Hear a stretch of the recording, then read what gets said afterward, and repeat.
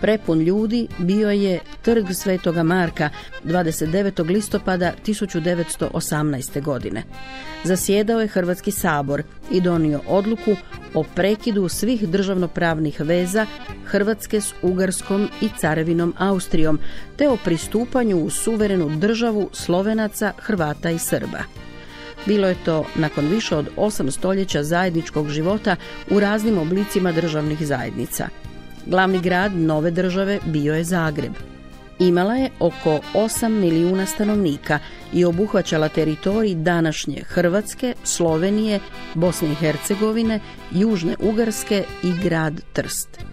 Nije bilo puno odluka u hrvatskoj povijesti koje su bile velike i važne kao ova. Donesena je u burno vrijeme završetka Prvog svjetskog rata, kada je postalo jasno da Austro-Ugarska monarhija, državna zajednica u sklopu koje su bile i hrvatske zemlje, neće opstati. Prijedlog preuređenja Austro-Ugarske, koji je car Karlo sredinom listopada uputio narodima svoje države, nije naišao na odobravanje. Ideja federalizacije, tražena još sredinom 19. stoljeća, stigla je prekasno. Dan prije Hrvatskog sabora svoju su samostalnost proglasili Česi i Slovaci, a sredinom studenoga i Mađari.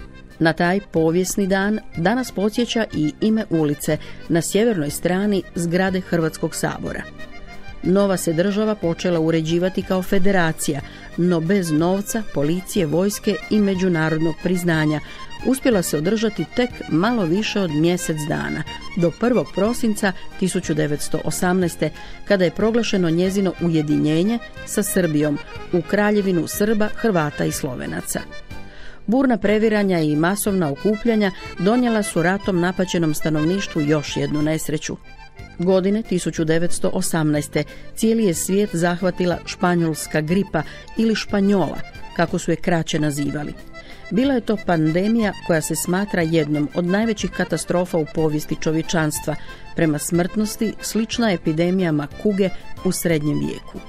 Oboljela je gotovo 1/3 svjetskog stanovništva, a umrlo je između 50 i 100 milijuna ljudi. U Zagrebu je u nepuna 4 mjeseca odnijela više od 700 života, a na cijelom području Hrvatske umrlo je nekoliko desetaka tisuća ljudi. Mnogi koji su sretno preživjeli 5 ratnih godina na kraju su podlegli gripi. Bolest je prestala potkraj 1918.